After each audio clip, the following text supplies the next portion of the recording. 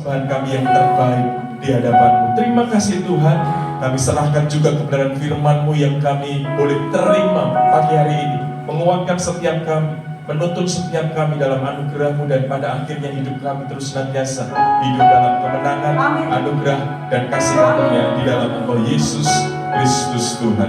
Terpujilah Tuhan nama-Mu untuk selama-lamanya, dan di dalam nama Yesus Kristus Tuhan kami sudah berdoa dan mengucap syukur. Semuanya diberkati Tuhan, mari katakan sama-sama amin, amin, amin, amin. Sekarang kita katakan yang paling mulia untuk Tuhan Bapak Ibu Saudara semuanya, dan silakan duduk. Puji nama Tuhan.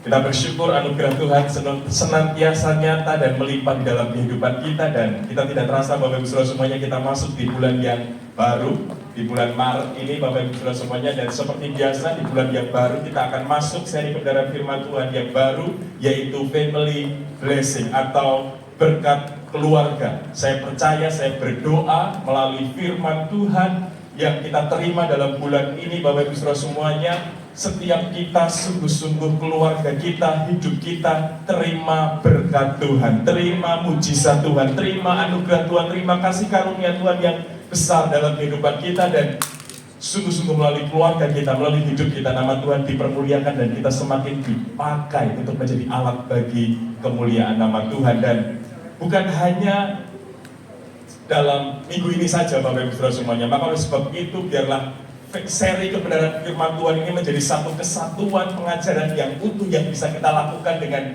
baik, dengan tepat, dengan sungguh-sungguh. Maka pastikan Bapak Ibu Saudara semuanya setiap hari Minggu Bapak Ibu bisa datang, Bapak Ibu bisa terima, Bapak Ibu bisa tangkap firman Tuhan, karena sekali lagi firman Tuhan dalam gereja kita berseri. Artinya setiap minggu kita akan dapat satu kebenaran yang utuh, yang terus akan saling melengkapi satu dengan yang lainnya, dan pada akhirnya kita bisa melakukan kebenaran dengan firman Tuhan dengan baik, dan kita terima berkat firman Tuhan yang luar biasa dalam kehidupan kita. Yang percaya sekali lagi tepuk tangan yang paling meriah untuk Tuhan saudara. Dan pagi hari ini Bapak Ibu Saudara semuanya, di minggu ini kita akan belajar bersama-sama rahasia keluarga bebas hutang, saudara ya. Rahasia keluarga bebas hutang.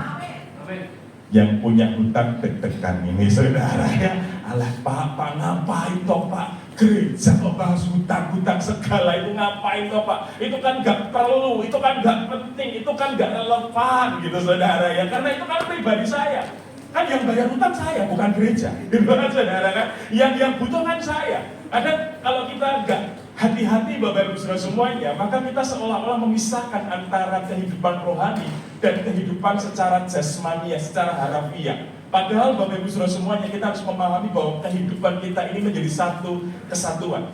Gereja menjadi bagian penting untuk memberikan arah, memberikan direction yang tepat, yang benar kepada setiap jemaat, sehingga jemaat itu tidak berjalan hanya dengan pikirannya, hanya dengan keinginannya, hanya dengan caranya, hanya dengan tren dunia yang pada akhirnya membawa kepada kehancuran, membawa kepada kebinasaan. Yakobus pasal 1 ayat 14 sampai 15 mencatat saudara, tetapi tiap-tiap orang dicobai oleh keinginannya sendiri.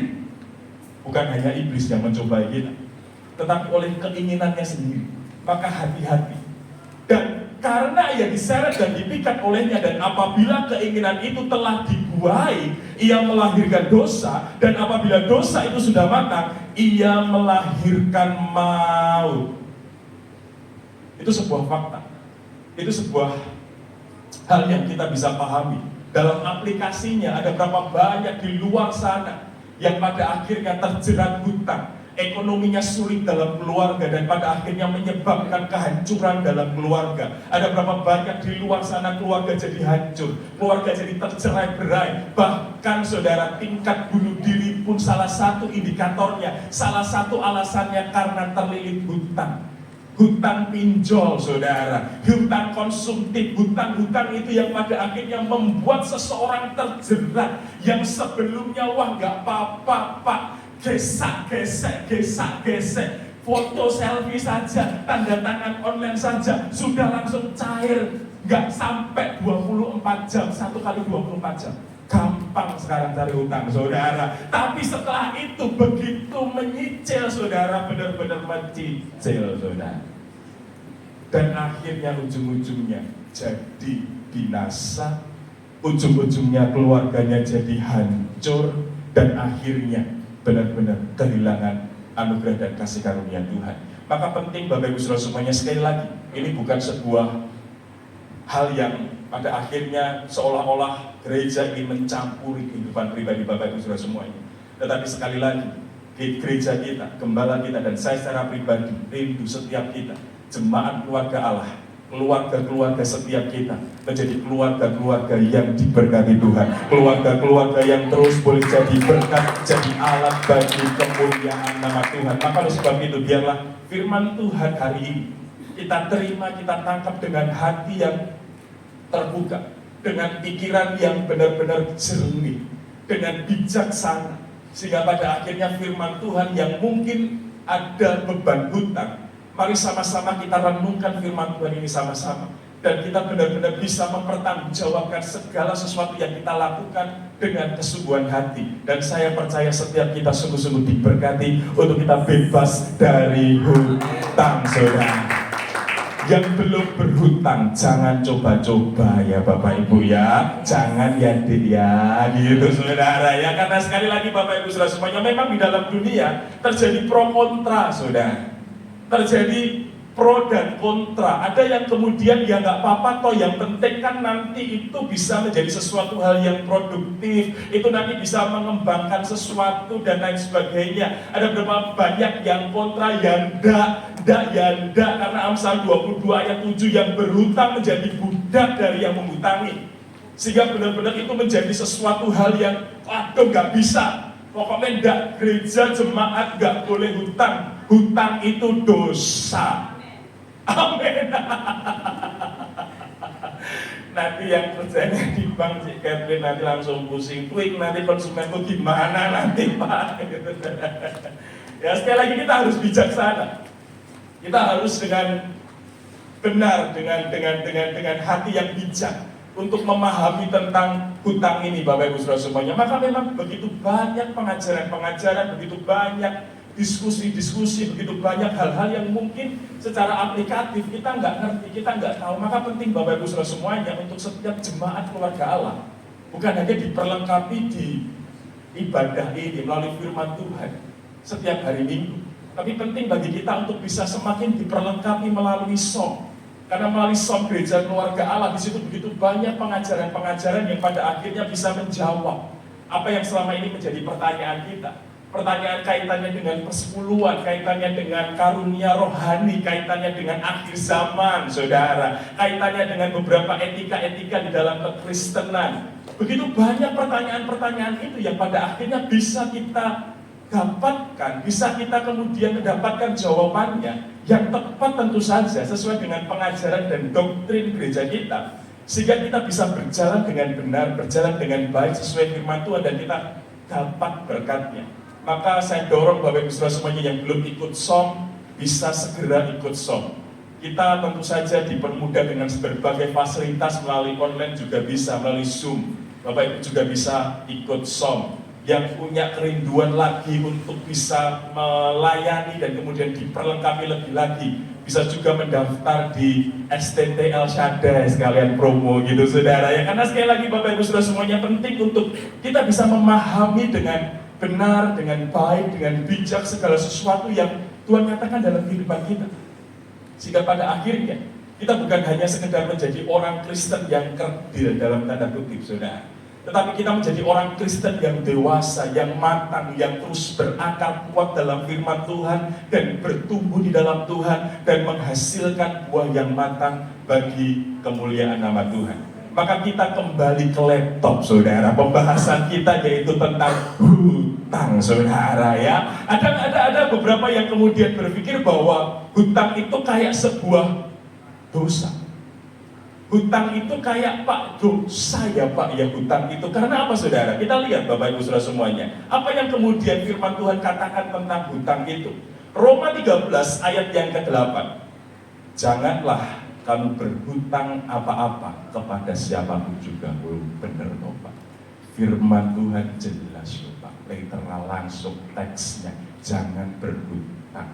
Berarti kalau berhutang melanggar firman, soto kandang yo ngeyel gitu saudara ya. Waduh, gimana ini Bapak Ibu Saudara semuanya? Roma pasal 13 ayat 8, janganlah kamu berhutang apa-apa kepada siapapun juga, tetapi hendaklah kamu saling mengasihi.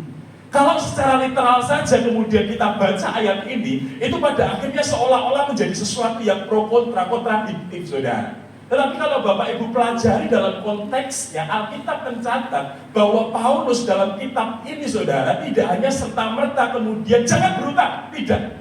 Tapi kita harus lihat konteksnya. Di ayat sebelumnya saudara, di dalam kitab Roma pasal 13 ayat 7, di situ dikatakan bayarlah kepada semua orang apa yang harus kamu bayar. Artinya apa saudara? Dalam konteks Roma pasal 13 ayat 8 ini yang kemudian janganlah kamu berhutang, artinya ketika kamu berhutang yang bayar. Ketika kamu mendapatkan sebuah kewajiban tanggungan, yang bayar. Kalau nggak bayar, itulah yang pada akhirnya melanggar firman Tuhan, jadi batu sandungan, dan akhirnya itu sesuatu yang berdosa di hadapan Tuhan. Jadi sekali lagi Bapak Ibu Saudara semuanya, kalau kemudian kita lihat hutang itu sebagai dosa, maka kita akan lihat ayat berikutnya saudara. Ulangan pasal 28 ayat yang ke-12. Ulangan pasal 28 ayat 12. Tuhan akan membuka bagimu perbendaharaannya yang melimpah, yakni langit, untuk memberi hujan bagi tanahmu pada masanya dan memberkati segala pekerjaanmu. Sehingga, perhatikan ini saudara, sehingga apa saudara? Engkau memberi pinjaman kepada banyak bangsa. Engkau apa saudara? Memberi pinjaman kepada banyak bangsa. Artinya bangsa Israel rindu, Tuhan rindu bangsanya, umatnya, umat pilihannya melakukan sesuatu untuk memberikan pinjaman kepada banyak bangsa. Loh, kalau ini dosa, mosok Tuhan menyuruh umatnya untuk melakukan dosa? Maka dari hal ini kita bisa melihat hutang itu bukan sebuah dosa. Tetapi kita harus memahami dengan bijaksana bahwa hutang itu tentu saja mempunyai resiko yang sangat-sangat besar. Mempunyai sebuah konsekuensi yang sangat-sangat besar. Itu sebuah kewajiban yang benar-benar harus dilihat dengan matang, dengan cermat, dengan bijaksana, sehingga pada akhirnya kita tidak hanya dikuasai oleh keinginan kita, oleh ambisi kita, oleh keinginan daging kita, oleh kepentingan dan tujuan diri pribadi saja. Dan pada akhirnya itu menyebabkan kita bisa mengalami kesulitan. Dan kalau kita nggak selesaikan benar-benar, akhirnya kita terus terjerat kepada hal itu. Kita terjerat kepada hutang, kita terjerat kepada hal-hal yang negatif, dan akhirnya benar-benar bukan mendatangkan kebaikan dalam kehidupan kita, tapi sebaliknya mendatangkan maut, mendatangkan masalah, mendatangkan kehancuran. Itu yang Tuhan gak mau terjadi dalam kehidupan kita sebagai orang percaya. Tapi sebaliknya sekali lagi Tuhan pengen setiap kita anak-anaknya sungguh-sungguh sama seperti firman Tuhan di dalam kitab Ulangan 28 ayat 12. Ini saya berdoa menjadi ayat rema bagi setiap kita, bahwa Tuhan akan membuka bagimu perbendaharaannya yang melimpah, yakni langit untuk memberi hujan bagi tanahmu pada masanya dan memberkati segala pekerjaan, sehingga engkau memberi pinjaman kepada banyak bangsa, tetapi kau sendiri tidak meminta pinjaman. Ini saya berdoa terjadi dan terjadi dalam kehidupan setiap jemaat keluarga Allah Pekalongan di tempat ini. Maka oleh sebab itu Bapak Ibu Saudara semuanya, kita akan lihat bersama-sama bahaya hutang itu apa, konsekuensi dari hutang itu seperti apa, sehingga pada akhirnya kita nggak main-main dengan hal ini. Kita nggak gampang saudara untuk melangkah dalam hal ini. Kita benar-benar menjadi jemaat yang bijaksana, jemaat yang benar-benar bisa berpikir dalam rencana Tuhan, benar-benar bisa matang dalam berpikir Bapak Ibu Saudara semuanya, dan tidak main-main untuk berhutang. Senggol kanan kiri katakan, gitu saudara ya, hati-hati gitu saudara ya, hati-hati gitu Bapak Ibu Saudara semuanya. Karena apa saudara? Nehemia pasal 5 ayat 3 sampai dengan ayat yang kelima saudara. Nehemia pasal 5 ayat 3 sampai dengan yang kelima. Dan ada yang berteriak, ladang dan kebun anggur dan rumah kami gadaikan untuk mendapat gandum pada waktu kelaparan. Juga ada yang berteriak, kami harus meminjam uang untuk membayar pajak yang dikenakan raja atas ladang dan kebun anggur kami. Sekarang walaupun kami ini saudara sedaging dengan saudara-saudara sebangsa kami, dan anak-anak kami sama dengan anak-anak mereka, namun kami terpaksa memberikan anak-anak lelaki dan anak-anak perempuan kami menjadi budak. Dan sudah berapa anak perempuan kami harus membiarkan diri dimiliki orang. Kami tidak dapat berbuat apa-apa karena ladang dan kebun anggur kami sudah di tangan orang lain. Saudara, kitab ini belakangi kondisi bangsa Israel yang pada waktu itu karena tidak taat, tidak setia kepada Tuhan, sehingga akhirnya memberikan sebuah konsekuensi dosa di dalamnya, yaitu apa? Kehancuran. Dan salah satu kehancuran mereka adalah bagaimana mereka ada dalam satu ikatan belenggu hutang ini, saudara, yang pada akhirnya membuat hidup mereka tidak bisa mengalami anugerah kasih karunia Tuhan. Tapi sebaliknya, mereka hidup dalam kemalangan. Mereka hidup dalam keterbatasan. Mereka hidup dalam kutub yang mengikat mereka dan mereka kehilangan segala sesuatunya. Maka poin pentingnya pagi hari ini Bapak Ibu Saudara semuanya, sekali lagi, hutang adalah sebuah kewajiban. Hutang adalah sebuah tanggungan yang tidak mudah. Maka sekali lagi ketika kita berhutang, maka harus segera benar-benar bijaksana. Cek diri kita masing-masing. Sekali lagi Bapak Ibu Saudara semuanya, apakah kita selama ini berhutang benar-benar dalam tuntunan Tuhan dengan bijaksana, atau sebaliknya kita hutang sampai pada akhirnya membuat hidup kita menjadi hidup yang sengsara, hidup yang berat, hidup yang sulit, yang sebelumnya kita lakukan begitu banyak dosa, pelanggaran, kita nggak meminta nasihat Tuhan, kita gak dekat dengan Tuhan, kita jauh dari Tuhan, kita hanya mementingkan kepentingan kita sendiri. Dan akibatnya kita terjerat dengan hutang, kita terjerat dengan masalah, dan pada akhirnya kita kehilangan kasih karunia Tuhan. Kita lihat saudara, dari ayat ini bagaimana hutang pada akhirnya bukan membawa kemerdekaan. Hutang bukan akhirnya membawa sebuah kelepasan, tetapi sebaliknya hutang membawa perbudakan. Sekali lagi Bapak Ibu Saudara semuanya, kita harus benar-benar melihat bahwa hutang, kalau tidak hati-hati, kalau tidak bijaksana, kalau tidak benar-benar dalam tuntunan Tuhan, bukannya kita bisa lepas dari masalah, tapi sebaliknya kita bisa hidup dalam perbudakan. Di situ dikatakan, Nehemia pasal 5 ayat ke-5, kami terpaksa membiarkan anak-anak lelaki dan anak perempuan kami menjadi budak. Saudara, karena apa? Ikatan tadi. Secara faktanya Bapak Ibu Saudara semuanya, kalau kita berhutang dan kita nggak selesaikan dengan baik hutang kita, mikir saja sudah bangun pagi saja sudah mikirnya hutang gitu saudara ya. Harusnya mikirnya healing malah munting gitu saudara ya, malah kepikiran berat dan akhirnya bisa, harusnya pagiku indah, pagiku cerah gitu saudara ya, bukannya cerah bluren saudara. Harusnya terang benderang gitu saudara, harusnya penuh sukacita, begitu melek motor gitu saudara, apalagi sudah deadline-nya, sudah temponya, gitu saudara. Ini aku Tuhan utuslah dia saja, kalau boleh cawan ini lalu daripadaku Tuhan, Tuhan. Langsung doanya seperti itu, langsung seperti Yesus peluhnya berganti darah gitu saudara. Yesus menanggung dosa kita, kita menanggung utang kita saudara.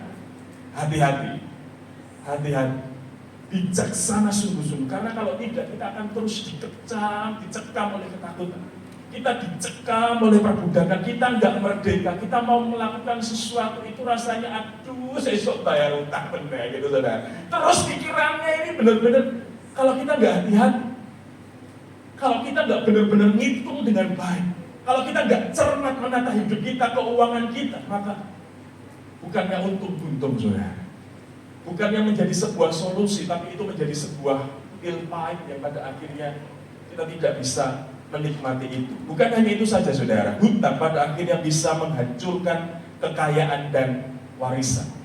Hutang pada akhirnya bisa menghancurkan kekayaan dan warisan. Nehemia pasal 5 ayat 3, dan ada yang berteriak ladang dan kebun anggur dan rumah kami gadaikan untuk mendapatkan gandum pada waktu kelaparan. Kehilangan hartanya, kehilangan warisan karena hutang. Hutang hanya untuk biaya-biaya konsumtif, hanya untuk flexing, hanya untuk jalan-jalan. Lumayan Pak, pay later, bayarnya nanti gitu. Gesek, gak apa-apa, mumpung promo Pak.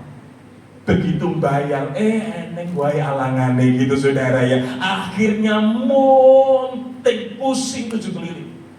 Karena faktanya saudara, data menurut laporan Bank Indonesia, sebagian besar hutang rumah tangga di Indonesia digunakan untuk kebutuhan konsumtif. Gak ada Bapak Ibu Saudara semuanya. Hutang. Anak-anak Tuhan, Tuhan aku berhutang. Tak buat janji iman Tuhan, gak ada saudara. Gak ada saudara. Tak buat untuk membangun gereja keluarga Allah. Nah ini kombinasinya saudara. Mayoritas, kalau kita nggak hati-hati, hutangnya untuk konsumtif. Waduh, iPhone Pro Max, entah Pro Max loh saudara. Arah petangnya langsung mulus gitu saudara. Akhirnya obat, bukannya kemudian dapat berkat. Wah, iPhone 10 metu ganti 11. Metu meneh rolas gitu saudara, 13 metu meneh, 15, 17 nganti 20 rampung-rampung saudara. Gak selesai-selesai utangnya, ya gak selesai-selesai saudara. Terus seperti itu saja. Terus beranak pinak, bunganya tambah dan bunganya tambah. Akhirnya kehabisan.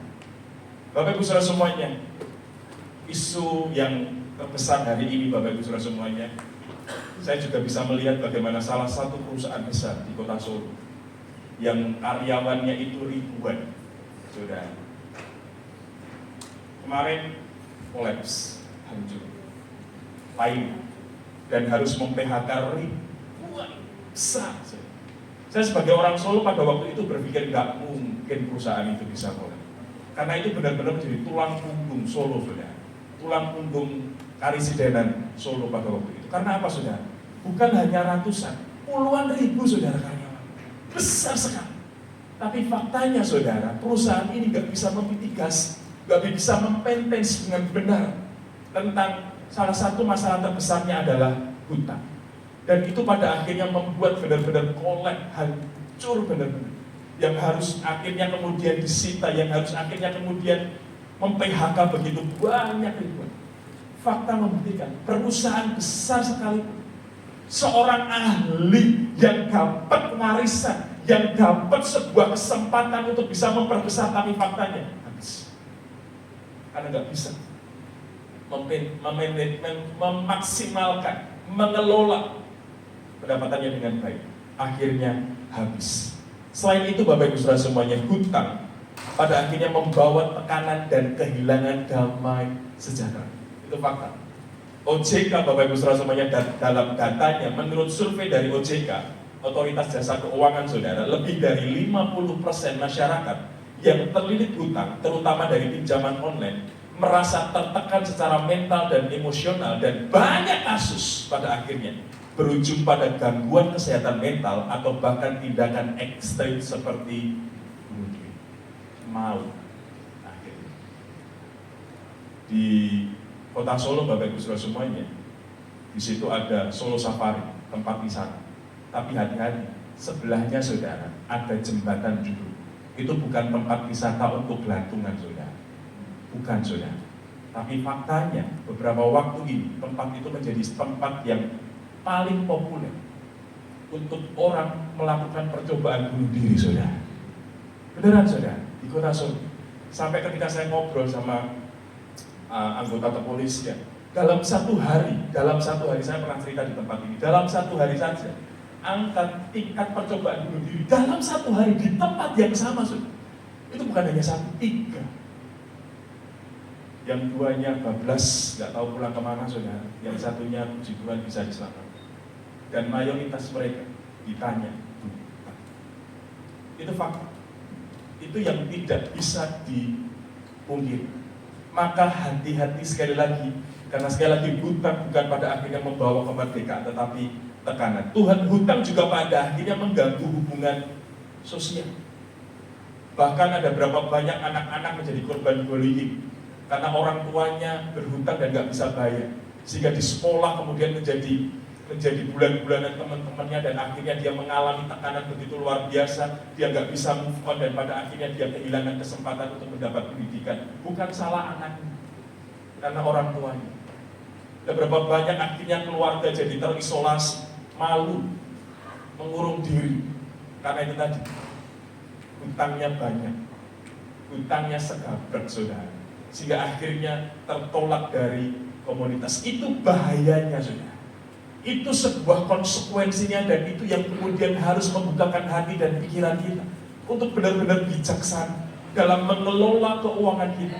Maka pastikan Bapak Ibu Saudara semuanya, setiap minggu kita ikutin seri kebenaran firman Tuhan, karena bukan hanya hutang saja yang dibahas saudara, tapi kita nanti akan belajar bagaimana memanage keuangan kita dalam keluarga, bagaimana kita membangun kasih dalam keluarga, dan begitu banyak hal yang bisa kita dapatkan untuk kita bisa membangun keluarga yang bahagia, yang diberkati Tuhan.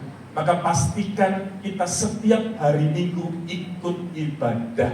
Colek kanan kiri, ingatkan ikut ibadah ya besok Minggu ya. Jangan bolos ya, nanti kelewatan satu materi saudara repot. Itu ya Bapak Ibu Saudara semuanya ya. Dan kita lanjutkan Bapak Ibu Saudara semuanya, fakta dan data tentang hutang ini seperti apa. Fakta yang pertama Bapak Ibu Saudara semuanya, bahwa hutang konsumtif adalah penyebab utama kemiskinan.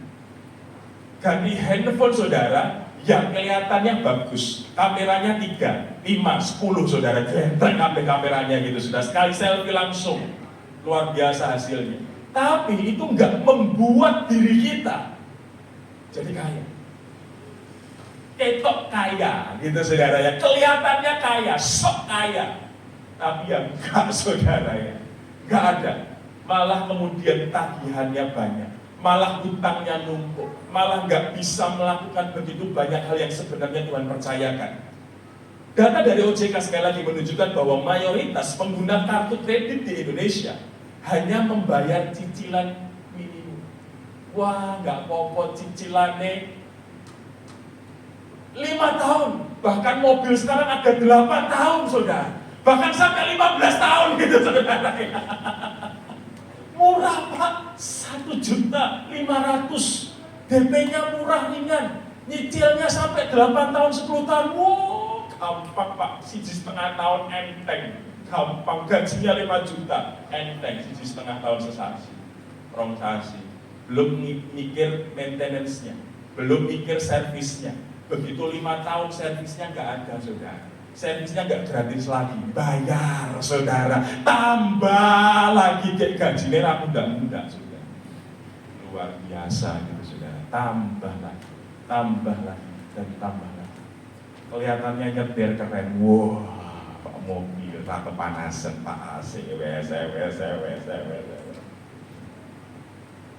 mobilnya keren, tapi begitu ke pom bensin pikir saudara, Pertamax atau Pertalite atau Pertamax turbo. Jadi Pertamax dioplos sama Pertalite gitu saudara ya, sama mikir lagi saudara. Dan begitu banyak pergumulan, dan fakta menunjukkan saudara bahwa menurut laporan AFPI, Asosiasi Fintech Pendanaan Besar Bersama Indonesia, lebih dari 50% peminjam online terjebak dalam lingkaran hutang karena bunga super tinggi. Apalagi online Bapak Ibu Saudara semua, bunganya bisa luar biasa. Bunganya bukan hanya bunga tahunan, bunga bulanan, dan itu yang akan terus terkumulasi, itu yang bertambah-tambah dan bertambah-tambah. Mungkin Korudi Catherine yang tahu persis seperti apa pengelolaannya. Maka hati-hati, maka benar-benar bijaksana, maka harus benar-benar dengan baik. Terus kemudian Bapak Ibu Saudara semuanya, Hal yang berikutnya, fakta berikutnya bahwa dari data statistik, hutang membuat kaya atau miskin. Kita akan lihat Bapak Ibu Saudara semuanya, 80% rumah tangga dengan hutang konsumtif atau membeli elektronik, membeli kendaraan yang nilainya menurun dan menggunakan kartu kredit atau pinjol, cenderung semakin miskin. Gak ada orang yang benar-benar dia hutang untuk konsumtif jadi kaya. Gak ada. Bajunya branded, kemudian juga mobilnya keren, gak jadi, gak jaminan sudah hidupnya kaya. Memang saudara, 50% dari peminjam KPR mengalami kesulitan finansial dalam 5 tahun pertama. Ada sampai akhirnya dilelang rumahnya yang harusnya harganya tinggi karena dia kredit, dia pinjamkan di bank dan akhirnya dia nggak bisa menata keuangannya dengan baik. Akhirnya dilelang, hilang uangnya, hilang rumahnya, dan dia nggak punya KPR, dia nggak punya rumah lagi, dia nggak punya tempat berteduh lagi, dan dia kehilangan itu saudara. Dan bukan hanya itu saja, secara fakta Bapak Ibu Saudara semuanya, pada akhirnya menurut statistik saudara, untung dan rugi atau menggunakan ya memang saudara, dalam hutang itu ada 60% investor properti yang menggunakan hutang untuk membeli properti premium di kota besar mendapat keuntungan. Tetapi faktanya saudara, 40% lain yang mengalami kerugian. Kita di posisi mana? Apakah kita benar-benar menggunakan dengan cermat, dengan baik? Saya pun ngalami. Sebelumnya Bapak Ibu Saudara semuanya, saya KPR rumah. KPR pada waktu itu KPR subsidi. Saya beli rumah pada waktu itu sekitar 70%, 70 juta, masih murah sekali. Dan saya dapat pada waktu itu subsidi, karena itu rumah subsidi saudara. Saya kemudian renovasi dan lain sebagainya, saya bisa jual mungkin sekitar 3 kali lipat. Saya dapat keuntungan, benar dapat keuntungan. Wah senang saudara, pintar ini. Wah jeli ini, cermat ini, keuntungan ini. Wah bisa jadi sesuatu, benar saudara. Dan sama istri saya akhirnya benar-benar ngambil KPR lagi, rumah subsidi. Tapi bodohnya saya saudara, saya nggak dapat subsidi. Saya akhirnya harus pakai pinjaman konvensional, bunganya sama, nggak dapat subsidi. Dan itu harusnya di rumah subsidi. Saya dengan PD-nya nggak apa-apa, gampang nyicil, wah oke lah. Dan benar saudara, saya nggak bisa merawat rumah itu. Saya nggak bisa kemudian kelola rumah itu dengan baik. Ya, pakai setiap bulan, tapi nggak ada untungnya ke kita. Kita mau kontrain harus renovasi dulu. Kita harus ini, itu, dan lain sebagainya. Wah, pada waktu itu benar. Kita nggak bijaksana benar-benar. Itu menjadi sebuah pelajaran bagi saya, bagi istri saya, dan akhirnya Bapak Ibu Saudara semuanya saya jual benar-benar dengan harga yang turun karena memang tempatnya juga nggak strategis pada waktu itu. Kita hanya sekedar wah yang penting untung karena kita polanya seperti dulu, hutang seolah-olah menguntungkan, tapi kita nggak cermat, kita nggak merubah mindset kita. Saya nggak merubah mindset saya pada waktu itu sehingga pada akhirnya bukannya untung saudara, benar-benar saya untung saudara pada waktu itu. Yang kelihatannya kejual, tapi akhirnya nilainya, harganya saya rugi. Tapi dalam nama Yesus tidak apa-apa lah, itu sebuah konsekuensi saya. Saya hanya berdoa, Tuhan ampuni saya. Walaupun saya rugi itu bayar harga saya. Puji Tuhan saya akhirnya bebas hutang saudara, daripada saya mikir hutang. Tetapi akhirnya saya belajar dari situ untuk benar-benar tidak hanya dengan kemampuan saya, tidak hanya dengan pikiran saya, tidak hanya dengan ambisi saya, tidak hanya sekadar ngejar keuntungan, tapi benar-benar dengan hikmat dan dengan hikmat Tuhan. Dan hikmat Tuhan itu yang melampaui akal pikiran kita, yang pasti menuntun kita dalam rencananya yang ajaib, dalam berkatnya yang luar biasa. Oleh sebab itu sekali lagi Bapak Ibu Saudara semuanya, mari kita belajar sungguh-sungguh untuk pada akhirnya bisa menata keuangan kita. Dan kita akan belajar bagaimana kemudian ketika kita mungkin pada waktu ini kita ada hutang. Kita nggak pungkiri itu Bapak Ibu Saudara semuanya. Atau kita nantinya akan berhutang. Kita harus memanagenya seperti apa? Yang pertama Bapak Ibu Saudara semuanya, akui situasi Anda dengan jujur. Jangan lari. Jangan kemudian umpet-umpetan, apalagi dengan pasanganmu. Gak apa-apa,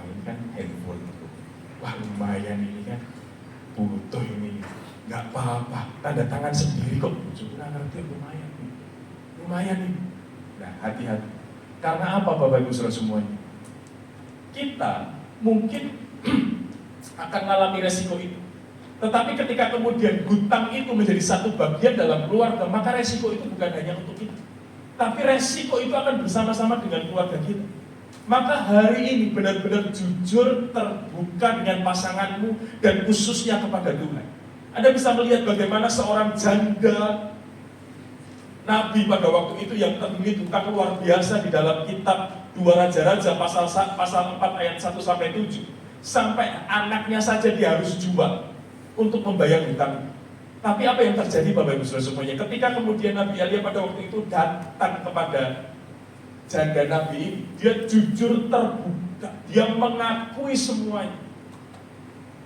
Dan Anda bisa lihat, Tuhan tolong, Tuhan berikan mujizat, dan benar-benar dia diberkati luar biasa. Hari ini, mari sama-sama Anda terbuka.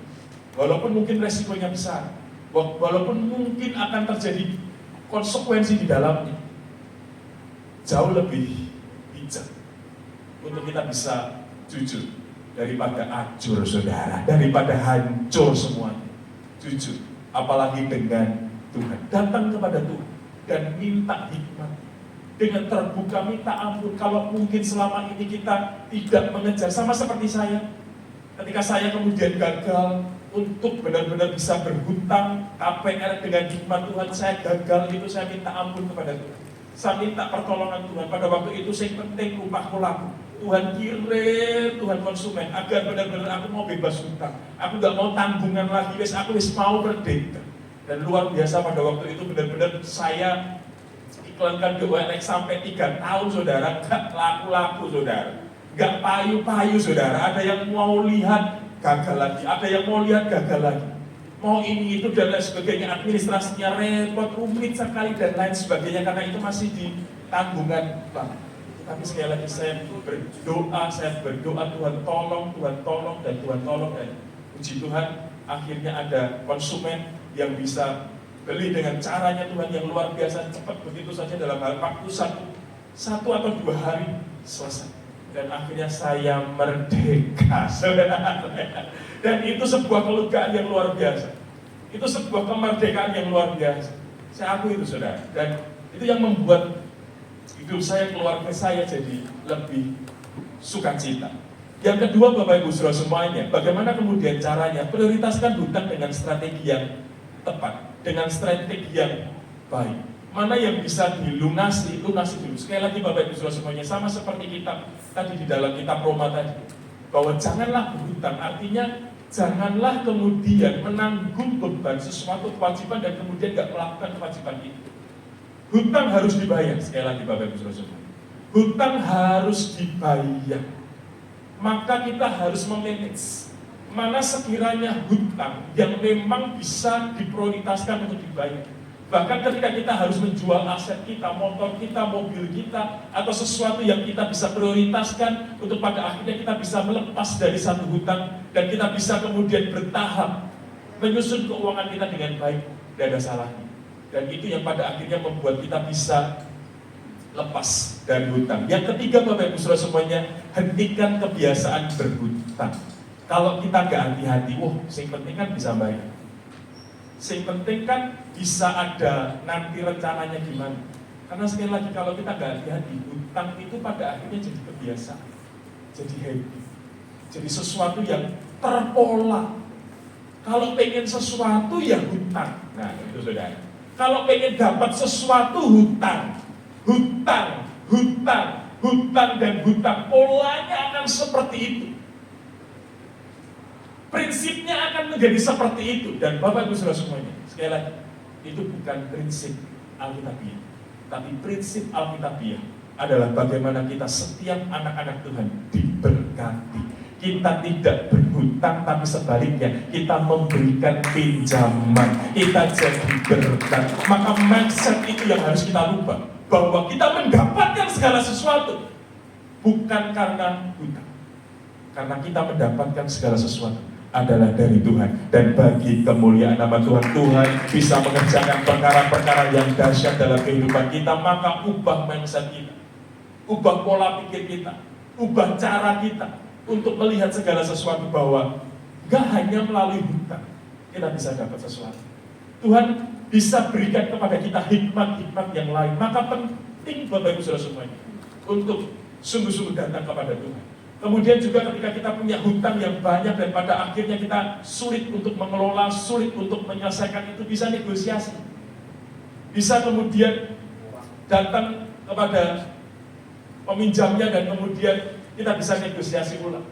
Kita bisa ngobrol, kita bisa cari solusi, dan saya percaya dengan ketulusan hati untuk membayar hutang, dengan komitmen yang sungguh-sungguh untuk menyelesaikan hutang itu, maka saya percaya Tuhan akan kasih jalan, Tuhan kasih cara semuanya.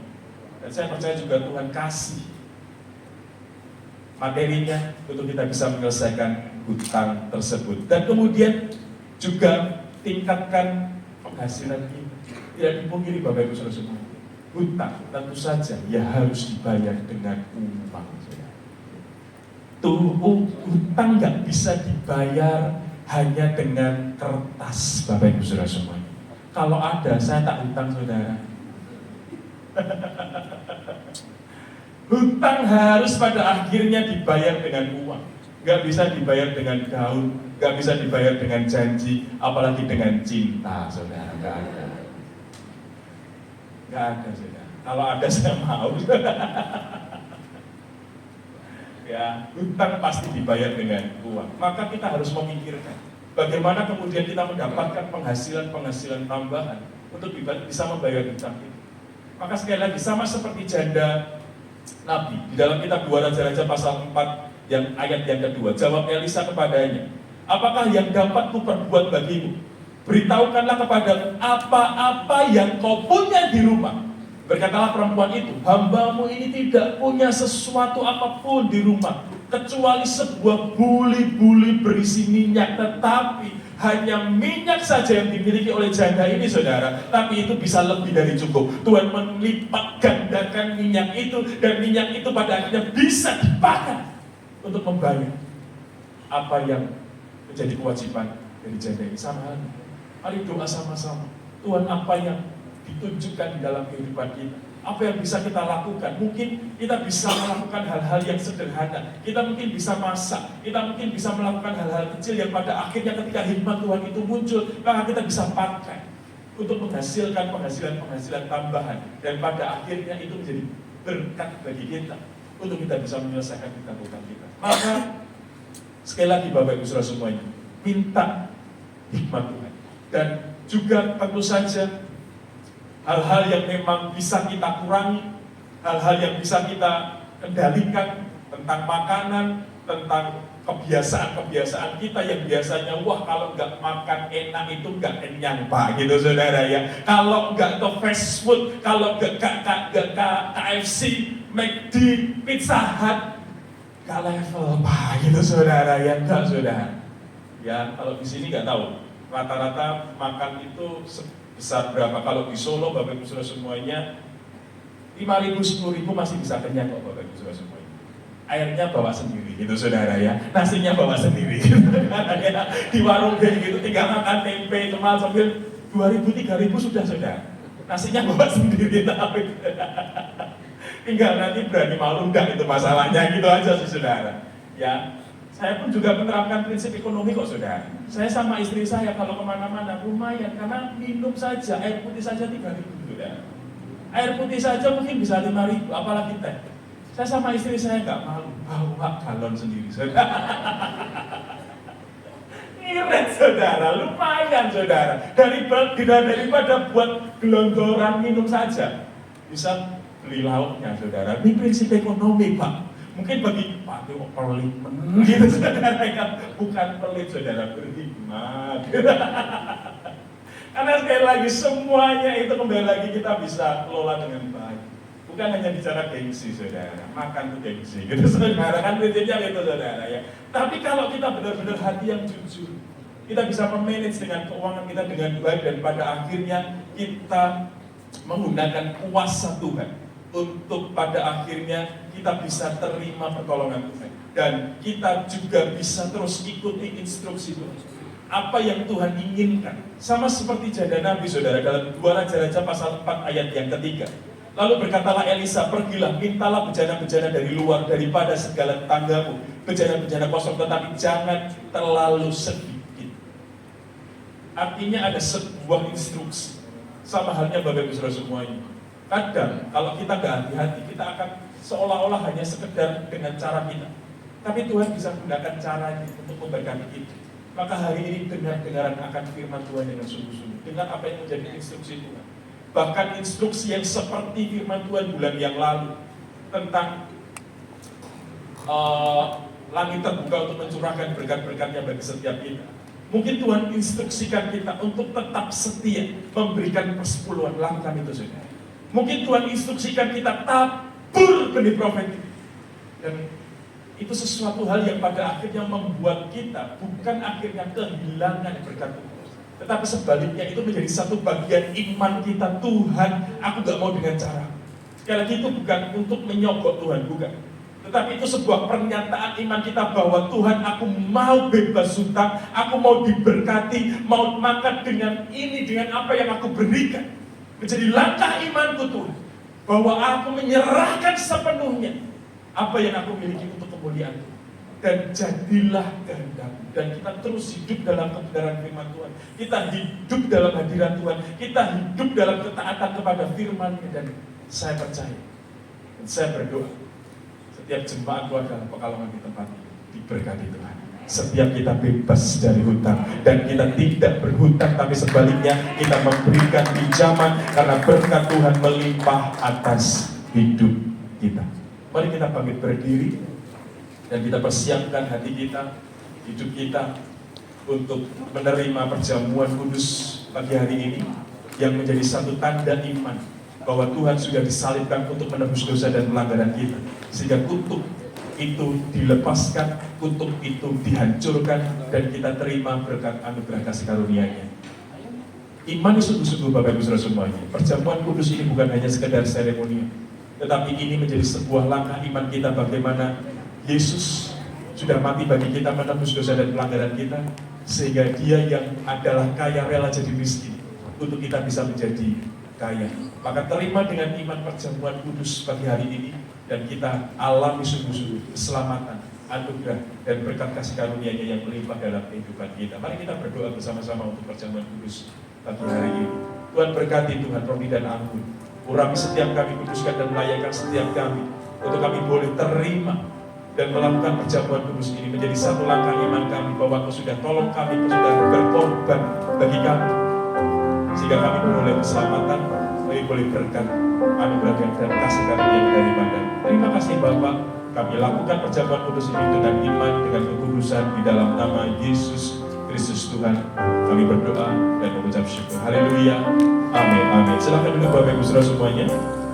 Kita akan lakukan perjamuan kudus dengan iman, dengan kesadaran, dengan keyakinan penuh bahwa Tuhan yang sudah berkorban, Tuhan sudah menyerahkan nyawanya untuk setiap kita, sehingga kita diselamatkan, sehingga kita terima anugerah dan kasih karunia-Nya yang melimpah.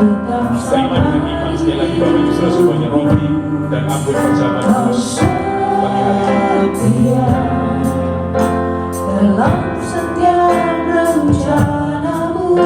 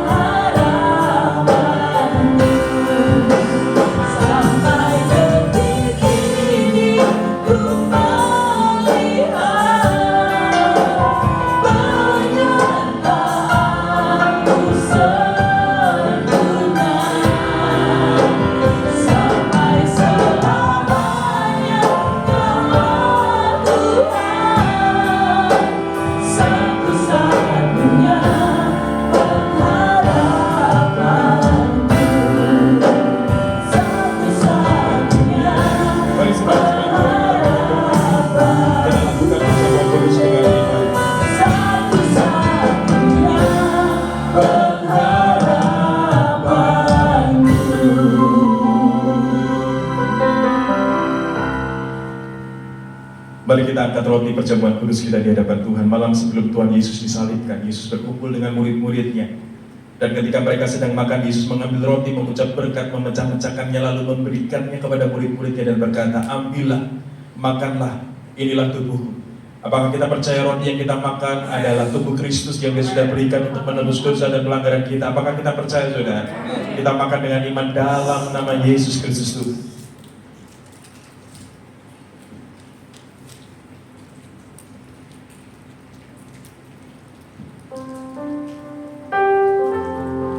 Mari kita angkat anggur perjamuan kudus kita di hadapan Tuhan.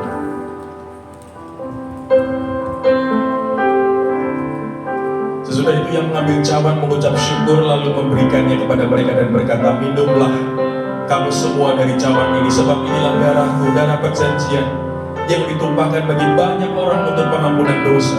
Apakah kita percaya anggur yang kita minum adalah darah Kristus yang Dia sudah curahkan untuk menebus dosa dan pelanggaran kita? Apakah kita percaya, saudara? Kita minum dengan iman dalam nama Yesus Kristus. Haleluya. Terima kasih Yesus. Haleluya.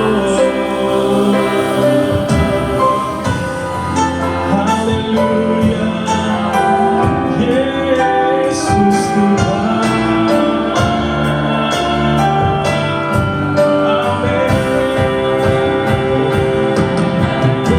Haleluya.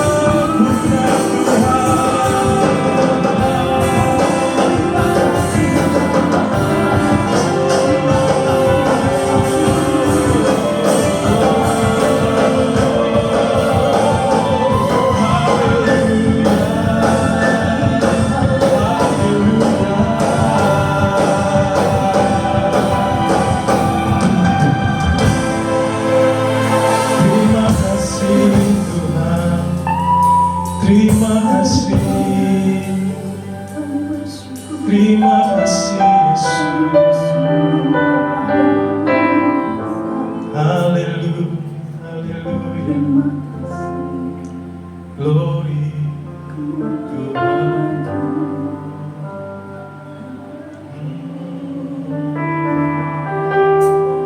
Jesus.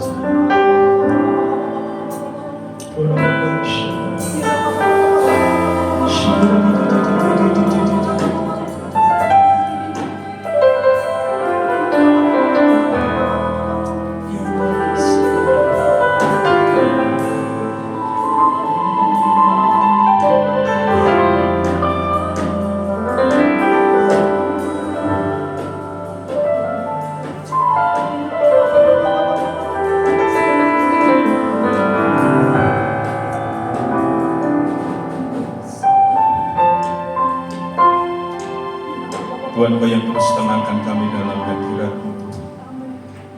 Tuhan, Kau yang terus tuntun kami dalam rencana. Kau yang membaringkan kami di padang rumput yang hijau. Kau yang menyegarkan jiwa. Kau yang membiarkan piala kami limpah dan penuh.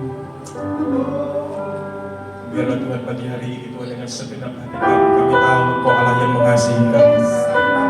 Engkau Allah yang memberkati kami dengan cara, dengan kekuatan-Mu Tuhan, dengan kehebatan kami terima Tuhan, kami terima Tuhan, kami terima Tuhan, kami terima Tuhan, kami terima Tuhan, kami terima Tuhan.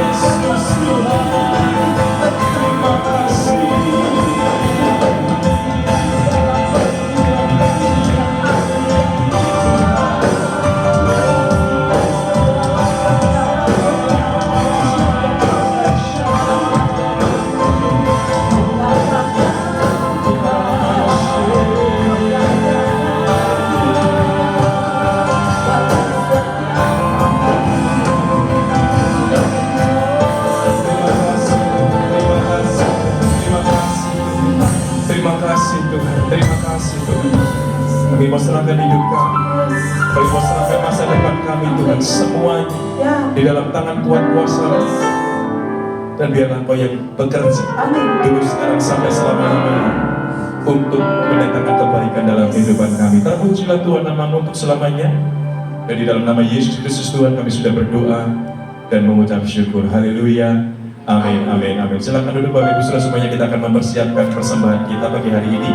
Dan firman Tuhan yang mendasari persembahan kita pagi hari ini dalam kitab Ulangan pasal 28 ayat yang ke-12. Tuhan akan membuka bagimu perbendaharaan-Nya yang melimpah, yakni langit untuk memberi hujan bagi tanahmu pada masanya dan memberkati segala pekerjaanmu, sehingga engkau memberi pinjaman kepada banyak bangsa, tetapi engkau sendiri tidak meminta pinjaman. Biarlah ayat ini terjadi dalam kehidupan kita ketika kita taat dengan setia dan dengan penuh cinta memberikan yang terbaik kepada Tuhan, salah satunya melalui persembahan yang kita berikan pagi hari ini. Dan biarlah semuanya itu untuk mendatangkan sukacita dan sejahtera, dan kita memberikan dengan hati yang tulus, ikhlas, sehingga pada akhirnya persembahan kita berkenan di hadapan Tuhan. Mari saya undang untuk setiap kita bangkit berdiri dan kita berdoa untuk persembahan kita. Kita angkat